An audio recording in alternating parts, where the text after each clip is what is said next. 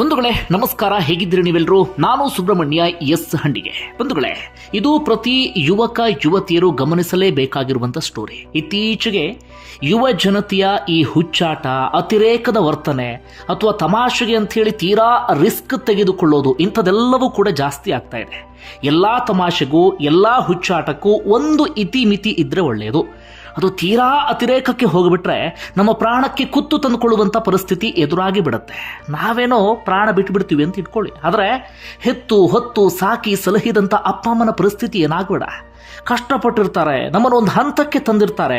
ಇನ್ನೇನು ನಮ್ಮಿಂದ ಅವರಿಗೆ ಫಲ ಸಿಗಬೇಕು ಅನ್ನುವ ಸಂದರ್ಭದಲ್ಲಿ ನಾವೇ ಈ ಭೂಮಿಯನ್ನು ಬಿಟ್ಟು ಹೊರಟೋಗಿಬಿಟ್ರೆ ಜೀವನ ಪರ್ಯಂತ ಕೊರಗುವಂಥ ಪರಿಸ್ಥಿತಿ ಅವರದ್ದು, ಜೀವನ ಪರ್ಯಂತ ಕಷ್ಟಪಡುವಂಥ ಪರಿಸ್ಥಿತಿ ಅವರದ್ದು. ಹೀಗಾಗಿ ಅತಿರೇಕದ ವರ್ತನೆ, ಅತಿರೇಕದ ತಮಾಷೆ ಮಾಡೋಕ್ಕೂ ಮುನ್ನ ಅಪ್ಪ ಅಮ್ಮ ನಿಮ್ಮ ಕಣ್ಣು ಮುಂದೆ ಬರಲಿ.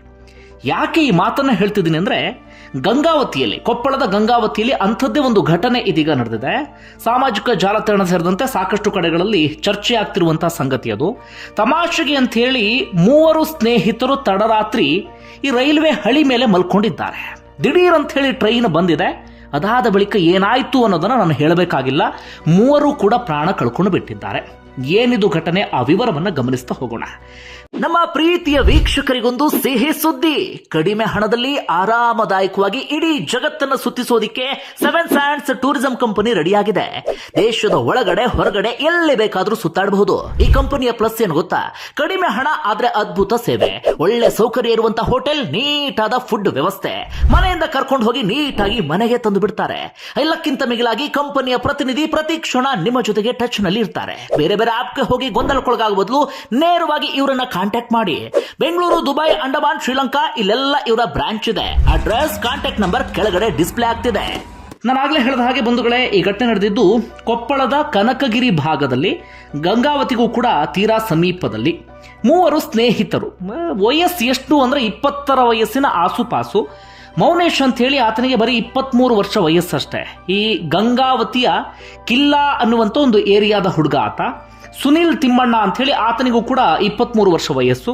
ಈ ಅಣ್ಣೂರು ಗೌರಮ್ಮ ಕ್ಯಾಂಪ್ನವನು ಆತ. ಹಾಗೆ ಹಿರೇಜಂತಕಲ್ನ ವೆಂಕಟ ಭೀಮರಾಯ್ ಎನ್ನುವಂತಹ ಹುಡುಗ, ಆತನ ವಯಸ್ಸು ಬರೀ 20 ವರ್ಷ. 3 ಪ್ರಾಣ ಸ್ನೇಹಿತರು. ಸಾಧಾರಣವಾಗಿ ಒಟ್ಟಿಗೆ ಇರ್ತಿದ್ರಂತೆ, ಒಟ್ಟಿಗೆ ಓಡಾಡ್ತಾ ಇರ್ತಿದ್ರಂತೆ, ಒಟ್ಟಿಗೆ ಸಮಯವನ್ನು ಕೂಡ ಕಳೀತಾ ಇದ್ರಂತೆ. ಒಂದಷ್ಟು ಸಣ್ಣ ಪುಟ್ಟ ಕೆಲಸವನ್ನ ಮಾಡಿಕೊಂಡು ಇದ್ದಂಥವರು ಈ 3 ಕೂಡ ಒಟ್ಟಾಗಿ ಈ ಪಾರ್ಟಿ ಮಾಡೋಣ ಅಂತ ಹೇಳಿ ಪ್ಲಾನ್ ಮಾಡಿದ್ದಾರೆ. ತುಂಬಾ ಜನ ಯುವಕರು ಏನ್ ಮಾಡ್ತಾರೆ, ಈ ಪಾರ್ಟಿ ಮಾಡುವಂತ ಸಂದರ್ಭದಲ್ಲಿ, ವಿಶೇಷವಾಗಿ ಉತ್ತರ ಕರ್ನಾಟಕ ಭಾಗದಲ್ಲಿ ನಾನು ಗಮನಿಸಿದ ಹಾಗೆ, ಈ ರೈಲ್ವೆ ಹಳಿ ಅಕ್ಕಪಕ್ಕದಲ್ಲಿ ಪಾರ್ಟಿ ಮಾಡೋದು ಅಥವಾ ರೈಲ್ವೆ ಹಳಿ ಮೇಲೆ ಕುತ್ಕೊಂಡೇ ಪಾರ್ಟಿ ಮಾಡೋದು, ಇಂಥದ್ದೆಲ್ಲವೂ ಕೂಡ ಜಾಸ್ತಿ. ಈ 3 ಏನು ಮಾಡಿದ್ದಾರೆ, ಈ ಕನಕಗಿರಿ ಸಮೀಪದಲ್ಲಿ ರೈಲ್ವೆ ಹಳಿ ಮೇಲೆ ಕುತ್ಕೊಂಡು ಔತಣಕೂಟ ಅಂದ್ರೆ ಒಂದು ಪಾರ್ಟಿಯನ್ನ ಏರ್ಪಡಿಸಿದ್ದಾರೆ. ಚೆನ್ನಾಗಿ ಕುಡಿದಿದ್ದಾರೆ, ಚೆನ್ನಾಗಿ ಊಟ ಮಾಡಿದ್ದಾರೆ. ಅದಾದ ಬಳಿಕ ಕೇಕೆ ಹಾಕಿದ್ದಾರೆ, ಖುಷಿ ಖುಷಿಯಾಗಿ ಇವರು ಎಂಜಾಯ್ ಕೂಡ ಮಾಡಿದ್ದಾರೆ. ಅದಾದ ಬಳಿಕ 3 ಒಂದು ನಿರ್ಧಾರಕ್ಕೆ ಬಂದಿದ್ದಾರೆ. ತಮಾಷೆಗೆ ಅಂತ ಹೇಳಿ ಆ ರೈಲ್ವೆ ಹಳಿ ಮೇಲೆ ಮಲ್ಕೊಂಡು ಬಿಟ್ಟಿದ್ದಾರೆ. ಇದನ್ನು ಸುತ್ತಮುತ್ತ ಇದ್ದಂಥವರು ಕೂಡ ಗಮನಿಸಿದ್ದಾರೆ. ಅಲ್ಲಿ ನೋಡಿದಂಥವರು ಕೂಡ ಬುದ್ಧಿ ಮಾತನ್ನ ಹೇಳಿ ಹೋಗಿದ್ದಾರಂತೆ, ಹಾಗೆಲ್ಲ ಮಲ್ಕೊಳ್ಬೇಡಿ ಅಲ್ಲಿ ಅಂತ ಹೇಳಿ. ಆದರೆ ಈ ಗಂಡು ಮಕ್ಕಳಿಗೆ ಅಥವಾ ಈ ಮಕ್ಕಳಿಗೆ ಒಂದು ರೀತಿಯಲ್ಲಿ ತಮಾಷೆ ಎನ್ನುವ ರೀತಿಯಲ್ಲಿ ಆ ಹಳಿ ಮೇಲೆ ಮಲ್ಕೊಂಡಿದ್ದಾರೆ. ಮೊದಲೇ ಏನಾಗಬಿಟ್ಟಿತ್ತು ಅಂದ್ರೆ, ಕುಡಿದ ಮತ್ತಿನಲ್ಲಿ ಇದ್ರು, ಅಮಲು ಏರಿ ಬಿಟ್ಟಿತ್ತು, ತಲೆಗೆ ಏರಿ ಬಿಟ್ಟಿತ್ತು. ಪ್ರಪಂಚದಲ್ಲಿ ಏನಾಗ್ತಿದೆ ಯಾವುದು ಕೂಡ ಗಮನಕ್ಕೆ ಬರದಂತಹ ಹಂತಕ್ಕೆ ಹೋಗಿಬಿಟ್ಟಿದ್ರು. ಆ ನಶೆ ಏರಿ ಬಿಟ್ರೆ ಏನಾಗುತ್ತೆ ಅನ್ನೋದು ಎಲ್ರಿಗೂ ಕೂಡ ಗೊತ್ತಿರುವಂತ ವಿಚಾರ. ಆ ನಶೆಯಲ್ಲಿ ಏನಾಗಬಿಟ್ಟಿದೆ, ಆ ಹಳಿ ಮೇಲೆ ನಿದ್ರೆ ಹೋಗಿದ್ರು ಏನೋ ಗೊತ್ತಿಲ್ಲ. ಯಾಕಂದ್ರೆ ಆ ಸಂದರ್ಭದಲ್ಲಿ ಹತ್ತಿರದಿಂದ ಕಂಡಂತವ್ರು ಯಾರೂ ಇಲ್ಲ. ಸ್ವಲ್ಪ ಹೊತ್ತಿನ ಮುಂಚೆ ಬೇರೆಯವರೆಲ್ಲರೂ ಕೂಡ ನೋಡಿದ್ದಾರೆ ಬಿಟ್ರೆ, ಕೊನೆಯ ಕ್ಷಣದಲ್ಲಿ ಏನಾಗಿದೆ ಅಂತ ಯಾರೂ ಕೂಡ ನೋಡಿದಂಥವ್ರು ಇಲ್ಲ. ಆ 3 ಕೂಡ ಹಳಿ ಮೇಲೆ ಮಲ್ಕೊಂಡಿದ್ದಂದ್ರೆ ಸ್ವಲ್ಪ ಹೊತ್ತಿನ ಮುಂಚೆ ಒಂದಷ್ಟು ಮಂದಿ ಗಮನಿಸ್ಕೊಂಡು ಹೋಗಿದ್ದಾರೆ. ಅದಾದ ಬಳಿಕ ಇದ್ದಕ್ಕಿದ್ದ ಹಾಗೆ ಟ್ರೈನ್ ಬಂದಿದೆ. ಈ ಹುಬ್ಬಳ್ಳಿ ಸಿಂಧನೂರು ಆ ಮಾರ್ಗದ ಟ್ರೈನ್ ಇದು, ಗಂಗಾವತಿ ಮಾರ್ಗವಾಗಿ ಹೊರಟಿದಂಥ ಟ್ರೈನ್ ಅದು, ಪ್ಯಾಸೆಂಜರ್ ಟ್ರೈನ್. ಅದು ಬಂದಿದೆ. ಅದು ಬಂದ ನಂತರ ಏನಾಯ್ತು ಅನ್ನೋದನ್ನ ಹೇಳಬೇಕಾಗಿಲ್ಲ. ಆ 3 ಕೂಡ ಅಲ್ಲೇ ಪ್ರಾಣ ಬಿಟ್ಟಿದ್ದಾರೆ. ಈ ಸಾವು ಹೇಗೆ, ಯಾವ ರೂಪದಲ್ಲಿ, ಯಾವಾಗ ಬರುತ್ತೆ ಅಂತ ಹೇಳೋದಕ್ಕಾಗೋದಿಲ್ಲ. ವಯಸ್ಸು ಏನ್ರಿ, 20ರ ವಯಸ್ಸಿನ ಆಸುಪಾಸು. ಆ ಅಪ್ಪ ಅಮ್ಮನ ಪರಿಸ್ಥಿತಿನ ಸಂದರ್ಭದಲ್ಲಿ ಊಹೆ ಮಾಡ್ಕೊಳ್ಳೋಕ್ಕೂ ಕೂಡ ಸಾಧ್ಯ ಆಗೋದಿಲ್ಲ. ಗುರುವಾರ ತಡರಾತ್ರಿ ನಡೆದಿರುವಂತಹ ಘಟನೆ ಇದು. ಹೆಚ್ಚು ಕಡಿಮೆ ರಾತ್ರಿ 9 ಗಂಟೆಯ ಸುಮಾರಿಗೆ ಪಾರ್ಟಿ ಮಾಡೋದಕ್ಕೇನೋ ಆರಂಭಿಸಿದ್ರಂತೆ.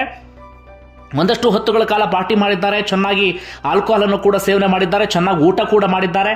ಸದ್ಯ ಅಲ್ಲೇ ಸುತ್ತಮುತ್ತ ಬಿಯರ್ ಬಾಟಲ್, ಅವ್ರು ತಂದಿದ್ದಂಥ ತಿಂಡಿ ಅದೆಲ್ಲವೂ ಕೂಡ ಅಲ್ಲೇ ಬಿದ್ದಿದೆ ಅವರ ದೇಹ ಸಿಕ್ಕಂತಹ ಭಾಗದಲ್ಲೇ. ಕೊನೆಯದಾಗಿ ಮೂವರು ಕೂಡ ಆ ಪ್ರಾಣ ಸ್ನೇಹಿತರು ಒಟ್ಟಿಗೆ ಪ್ರಾಣವನ್ನು ಕಳ್ಕೊಳ್ಳುವಂಥ ಪರಿಸ್ಥಿತಿ ಎದುರಾಗಿ ಬಿಡ್ತು. ಬಂಧುಗಳೇ, ಈ ಕಾರಣಕ್ಕಾಗಿ ಹೇಳೋದು, ತಮಾಷೆ, ಹುಚ್ಚಾಟ, ಅತಿರೇಕದ ವರ್ತನೆ ಇದೆಲ್ಲದಕ್ಕೂ ಕೂಡ ಒಂದು ಮಿತಿ ಇರಲಿ. ತೀರಾ ಅದು ಬೇರೆ ರೂಪಕ್ಕೆ ಹೋಗಬಾರ್ದು. ಒಂದಷ್ಟು ಜನರಿಗೆ ಎಚ್ಚರಿಕೆಯ ಸಂದೇಶ ಆಗಲಿ ಅಥವಾ ಒಂದಷ್ಟು ಜನ ಇದನ್ನು ನೋಡಿ ಆದರೂ ಕೂಡ ಜಾಗೃತರಾಗಲಿ ಎನ್ನುವ ಕಾರಣಕ್ಕಾಗಿ ಈ ವಿಡಿಯೋವನ್ನು ನಿಮ್ಮ ಮುಂದೆ ಇಟ್ಟೆ. ಯಾಕಂದರೆ ಇಂಥದ್ದೇನು ಹೊಸದಲ್ಲ, ನಾವು ಪದೇ ಪದೇ ಇಂಥದ್ದು ನೋಡ್ತಾನೆ ಇದ್ದೀವಿ. ಅದರಲ್ಲೂ ಕೂಡ ಇತ್ತೀಚಿನ ಯುವ ಜನತೆ, ಅವರಿಗೆ ಬುದ್ಧಿವಾದವನ್ನು ಹೇಳೋದಕ್ಕೆ ಯಾರಿಗೂ ಕೂಡ ಸಾಧ್ಯ ಆಗೋದಿಲ್ಲ. ವಿಪರೀತ ನಾವೇ ಬುದ್ಧಿವಂತರು ಎನ್ನುವ ರೀತಿಯಲ್ಲಿ ಅವರೆಲ್ಲರೂ ಕೂಡ ಓಡಾಡ್ತಿರ್ತಾರೆ. ಅಪ್ಪ ಅಮ್ಮನಿಂದ ಹಿಡಿದು ಯಾರಿಗೂ ಕೂಡ ಅವರಿಗೆ ಬುದ್ಧಿ ಮಾತನ್ನು ಹೇಳೋದಕ್ಕೆ ಸಾಧ್ಯ ಆಗೋದಿಲ್ಲ. ಈ ರೀತಿಯಾದಂಥ ಎಡವಟ್ಟನ್ನು ಮಾಡ್ಕೊಂಡು ಬಿಡ್ತಾರೆ. ಒಮ್ಮೊಮ್ಮೆ ಪ್ರಾಣಕ್ಕೆ ಕುತ್ತು ತಂದುಕೊಂಡು ಬಿಡ್ತಾರೆ. ಇಂಥದೆಲ್ಲ ಮಾಡೋಕ್ಕೂ ಮುನ್ನ ಸ್ವಲ್ಪ ಅಪ್ಪನಮ್ಮನ ಬಗ್ಗೆ ಪ್ರತಿಯೊಬ್ಬರು ಯೋಚನೆ ಮಾಡಲೇಬೇಕು. ನಿಮ್ಗೇನು ಅನ್ಸುತ್ತೆ ಅಂತ ಕೇಳೋದಕ್ಕೆ ಹೋಗೋದಿಲ್ಲ. ಇದರಲ್ಲಿ ಏನು ಅನ್ಸೋದಕ್ಕೆ ಸಾಧ್ಯ ಹೇಳಿ? ಪ್ರತಿಯೊಬ್ಬರಿಗೂ ಕೂಡ ಬೇಸರದ ಸಂಗತಿ ಇದು. Thank you.